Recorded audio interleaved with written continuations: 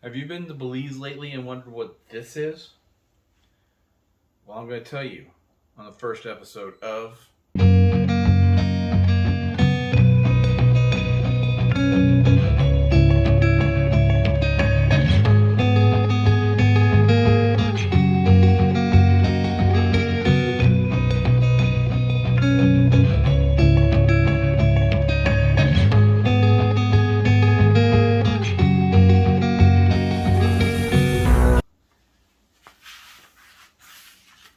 Hello, and welcome to the Lido Deck.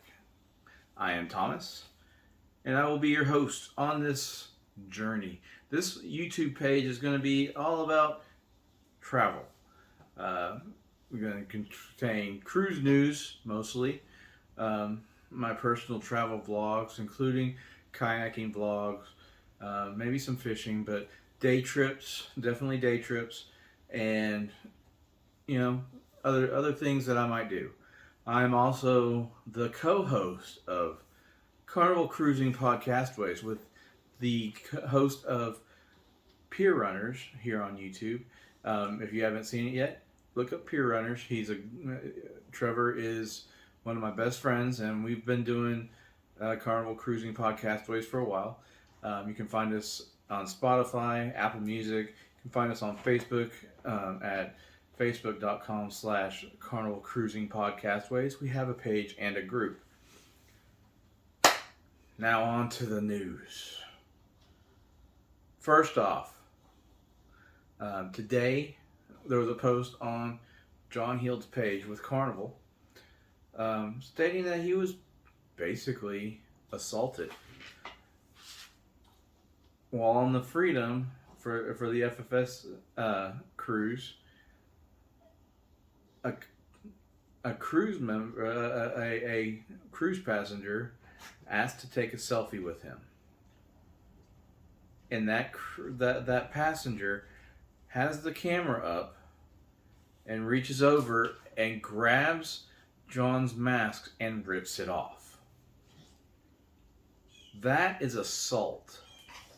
Why would you do that? He has stated multiple times he wears a mask to protect his family, and more importantly, his elderly mother. Why would you do such a thing? And then to make matters worse, that passenger wrote an email to the Beards stating that he was offended because he didn't take the selfie after that happened. I'm sorry, but I would be so angry that I would have walked off as well. That's just uncalled for. He is trying to protect his family. If it was anyone else, they would that person who ripped the mask off would have probably gotten his lights knocked out. But enough with that. On to other things. What is this? So if you've been to Belize in the past year, you've probably seen this man-made island with a bunch of machinery on it. This is going to be a cruise terminal, a cruise island, a cruise port, whatever you want to call it. It's gonna have two piers. It's gonna have shopping, and more importantly, it's going to have a fleet of high occupancy, high speed tenders that is going to reduce the time to get get to land and back to your boat in half. It's supposed to take anywhere from 7 to 10 minutes on these new high-speed tenders, which means, at present, it's about 20 minutes. And if an incident happens like what happened a couple weeks ago when I was on the Vista, it took us almost an hour to get back to the ship because the tender ship broke down. Now, this is going to have, when all complete, it's going to have two two piers. So uh, you'll be able to get four comfortably, maybe even six at most. So there will maybe some ships that still, still have to port, anchor instead of, pulling up to the pier. But imagine how much safer it will be for those who are, have disabilities or in wheelchairs or in scooters to get on and off instead of having to go over the gangway from the ship onto directly onto the tender.